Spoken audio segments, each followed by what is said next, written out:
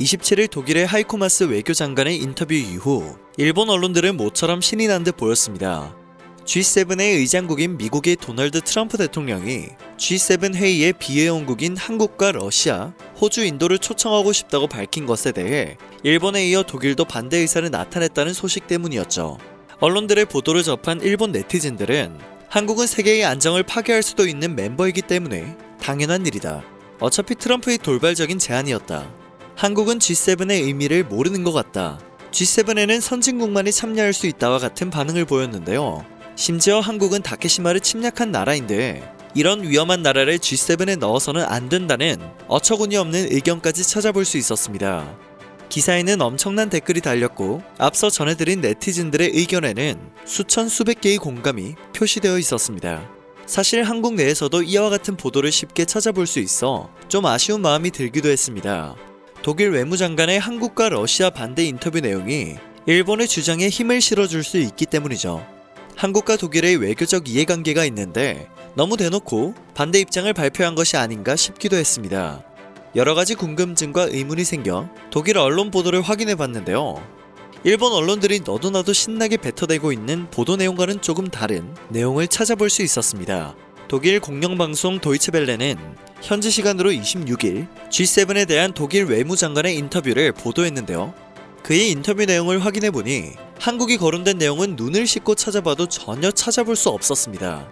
일본의 언론들은 독일 외무장관이 한국과 러시아의 G7 참여를 반대했다고 보도했지만 하이코 마스 외무장관은 러시아의 G7 재참여 반대만을 확실히 언급했습니다. 하이코 마스 외무장관은 러시아가 우크라이나 분쟁 해결에 더 많은 노력을 기울여야 한다고 말하며 G7 참여 국가의 러시아를 배제하는 이유는 크림의 합병과 우크라이나 동부에서의 개입 때문이라고 설명했습니다.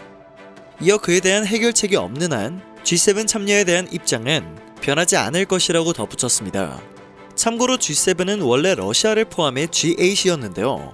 지난 2014년 우크라이나 남부 크림반도 일방적 병합을 이유로 러시아는 G8로부터 추방을 당한 바 있습니다. 이와 같은 이유로 현재 유럽연합 또한 러시아의 참여 여부에 대해서는 대놓고 반대 의사를 밝히고 있죠. 때문에 독일 외무장관도 러시아를 콕 집어 대놓고 반대 발언을 할 수 있었던 것으로 보입니다. 러시아는 G8에서 추방당했으나 G20에는 여전히 포함되고 있습니다. 독일 외무장관은 이런 내용에 대해서도 설명하며 G7과 G20은 현명하게 편성되어 있는 포맷이므로 굳이 G11이나 G12가 필요하지는 않다라고 말했습니다. 이처럼 러시아의 복귀를 반대하기 위한 독일 외무장관의 발언이 어째서 한국과 러시아를 콕 집어 반대한다는 내용으로 와전된 것일까요? 일본 네티즌들은 와전된 보도 내용을 보고 독일도 한국을 싫어한다는 둥, 한국은 원래부터 G7의 자격이 없었다는 등의 의견을 나누고 있는데요.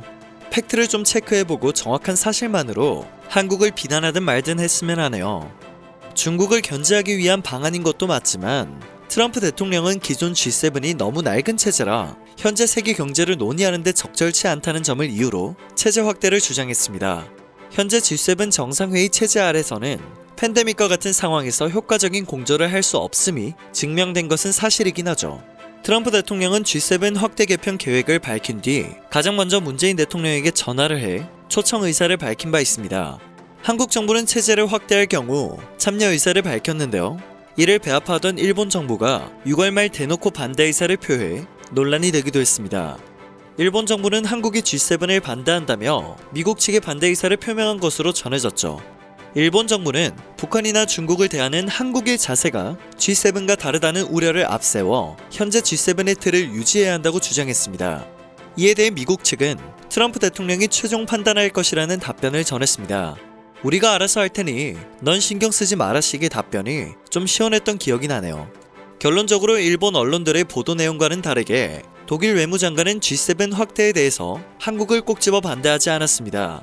일본 언론들이 한국과 러시아의 참여를 반대했다는 자극적인 문구를 그저 자신들의 추측으로 사용한 것은 독일도 일본처럼 한국을 꼭 집어 반대해주길 바라는 마음에서 나오는 것이 아닐까 싶네요.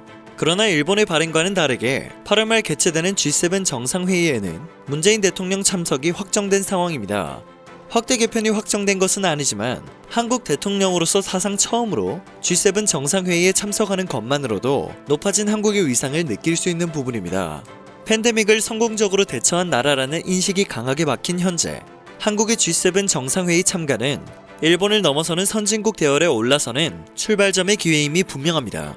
때문에 현재 한국 정부는 G7 정상회의 추진 상황을 점검하고 회의가 정상적으로 개최될 경우 우리의 참여 방향 등에 대한 논의를 이어가고 있습니다. 기회를 놓치지 않겠다는 것이죠. 일본이 방해를 하기에는 이미 한국의 위상이 너무 높아진 상황이 아닐까 생각되네요. 오늘 전해드릴 소식은 여기까지입니다. 마지막까지 시청해주셔서 정말 감사합니다. 전 세계의 소식들을 이야기 쉽게 풀어드리는 로버튜브가 되겠습니다.